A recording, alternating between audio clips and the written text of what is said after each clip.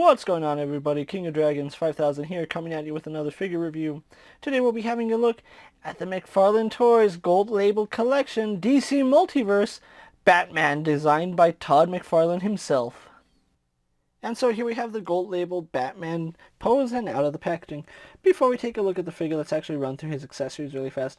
Batman here does come with 3 accessories exclusive to him, and of course we do get the McFarlane display stage, which is the same we've always seen. He does come with 2 golden swords, which do look nice. I do like the fact they fit into either of his hands, and they do store in his back in case you want to have them in storage. And then he also does come with a pair of steampunk goggle-like devices. Overall, not really a fan of any of the accessories he comes with, honestly. I don't think Batman really looks good with swords, but that's not for me to decide. This is Todd McFarlane's personal design for Batman, so anything I critique is basically the artwork that McFarlane has put on this figure. So with that out of the way, guys, let's take a closer look at Batman. And so here we have a closer look at the McFarlane designed Batman. Now, there's things I like about this figure, things I don't really like about this figure, and it's hit and miss on some parts of the figure. As far as the cowl goes, I'll give it this. It's a really nice design for Batman. It's a really sharp, crisp 90s inspired design for Batman. I think that's pretty much what McFarlane was going for with his version of Batman. As you can see, it does look like Batman really do like the long ears that McFarlane gave him. You can see this is really 90s inspired with these really big long ears on the cowl. And then how, I don't want to say square it looks, but you can see it's almost, it looks square from the front, but we have these really nice angles for the cowl, and that's something I do like about the figure. I do like the fact that he has the whited out eyes, and they are recessed back in his head. It does give the figure some depth. Really like the fact that the cowl does come over the nose, and it's not just one solid piece. You can actually see that the nose pokes underneath the cowl, and the cowl goes over the nose, so it does look like there's a human face underneath there. I will say the head is a little bit small, and you can see on mine it is a little bit warped out of packaging. You can see this part of his jaw is protruding out because in the packaging it was kind of sitting like that, so that warped his jaw a little bit.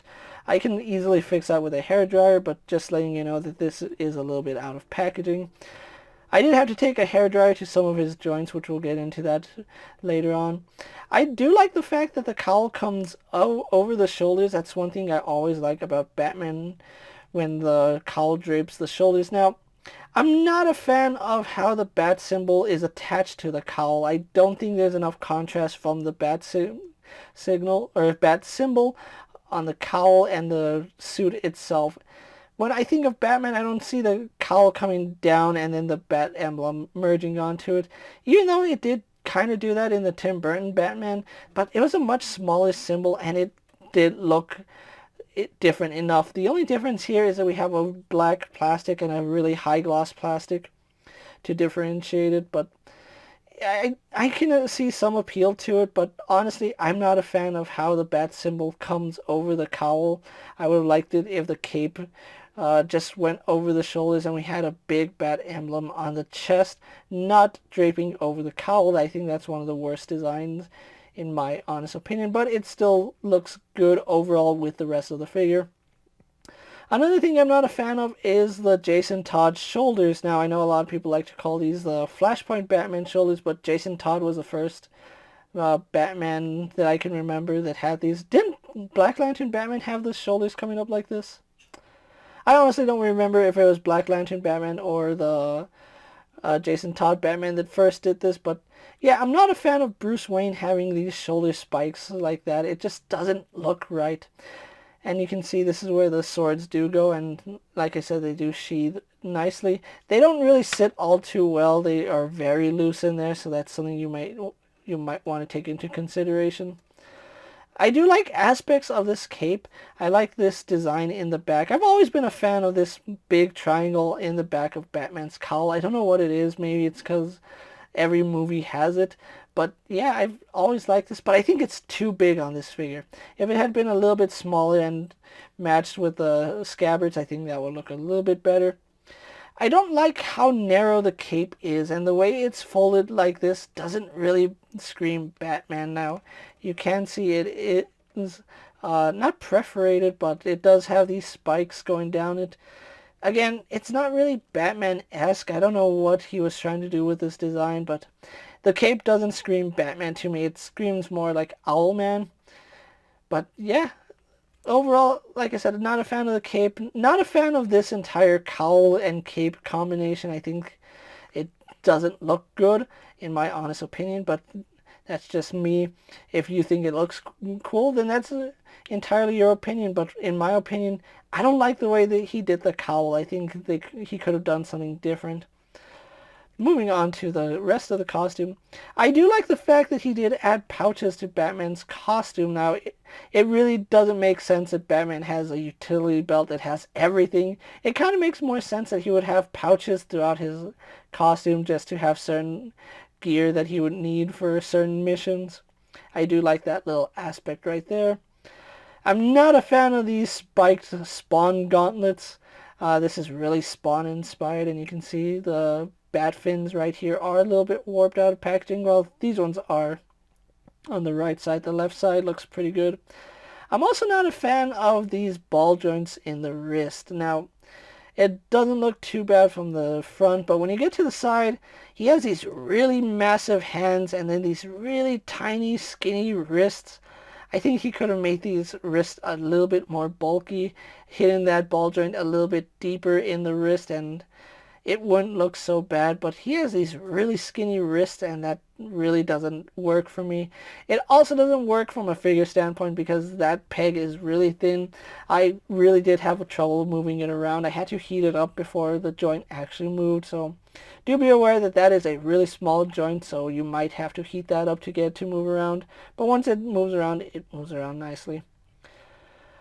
Utility belt is different. I'm not really a fan of how it looks. I'm not a fan of these knives or swords. I think that's too brutal for Batman. Like, Batman wouldn't use knives or swords because it just seems like you're only going to do one thing with knives and swords, and that's kill, and Batman doesn't kill. So yeah, that's something I'm not a fan of, but I do like the utility pouches. I think he has some batarangs right here. Didn't he show off some batarangs that this figure doesn't come with? Maybe that was another version of this Batman was going to come with it, but yeah, I was kind of expecting batarangs with this figure. Maybe a grapnel gun, but yeah, you can see the belt does go all the way to the back, so I do like that. I do like the contrast in texture right here, although I kind of would like to see some texture contrast throughout more of the costume, like have armor bits in certain areas like we do have here on the thighs. We have these armor plates, which do look really nice, and then we have some more pouches. Then we have a grenade right there, which I can only imagine as a smoke grenade. If it's any other type of grenade, McFarlane just doesn't get Batman, honestly. Really do like the boots. I think the boots are one of my favorite things because they're armored, they look heavy, and this is something I can honestly see Batman wearing, seeing as how they're armored plated and they have almost like a Kevlar weave to them. That's a really nice little pattern. Now, one thing I don't like is the size of his legs here. Just like with his wrist, he has really skinny ankles, and that really does throw off the look of the figure from the side. Side profile, he really doesn't look all too imposing, but from the front, I think he made him a little bit too thick. Almost like the Ben Affleck Batman, but not without all the subtlety of that suit. But hopefully we get a Ben Affleck Batman and he does it right, hopefully. We can only hope. And I do like the fact that he does have these toe guards right here.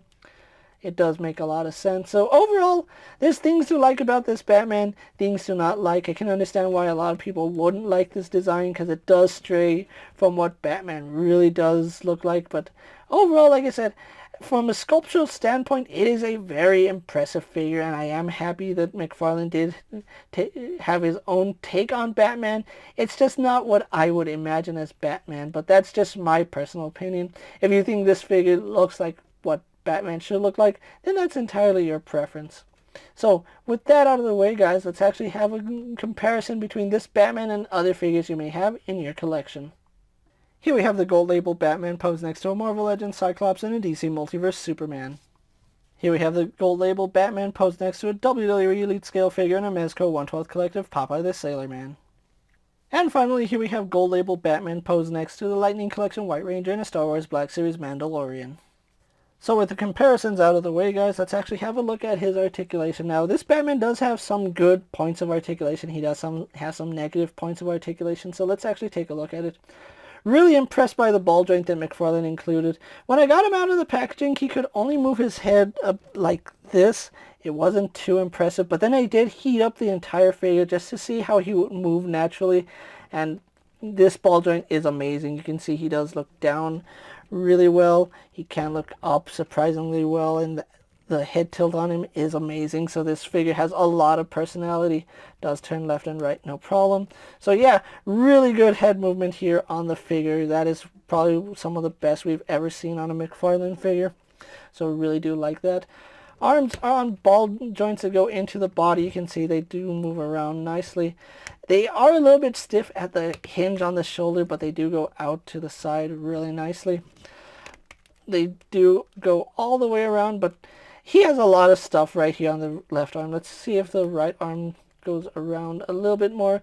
It doesn't go all the way around, to be honest. The way the cape drapes over the arm, it does snag right about there, so that's still pretty impressive going up. And like I said, it does go out to the side, but it is a little bit stiff on mine. We do have bicep rotation, which does work fine. We have double bend in the elbow. Works really nicely. I do like that. He does have a ball hinge here in the wrist, and I don't like the way this looks. If it was recessed just a little bit more within the forearm and the hand, it would look nicer. But as it stands, it gives us really good range. You can see it does go up and down fairly well. We do have rotation, which does give us in and out movement. And then we have rotation on that peg. Getting that arm back in. Having a look at his torso, he does have a ball joint in the torso, but this one is mainly just rotation. It doesn't go that far forward, doesn't go that far back, doesn't lean to the side all too well. So this upper torso joint is mainly rotation. The crunching does come here at the lower joint. You can see it tilts to the side, tilts to the other side, does lean back really nicely. Doesn't lean too far forward, and that's something I really want McFarlane to improve on, is the forward movement on figures, because that's something that every figure has had an issue with, and figures need to crunch forward, not back. So going on to the articulation, legs do go out to the about that far. You can get it to go a little bit higher, but you can see you start bending all the stuff right here. Let's see if I can get this leg. Yeah, this leg isn't as impeded as the other one. This one does have more kibble to get past. But going back, no problem. Going out to the side, it does the split fairly well. Actually, really good acting, honestly.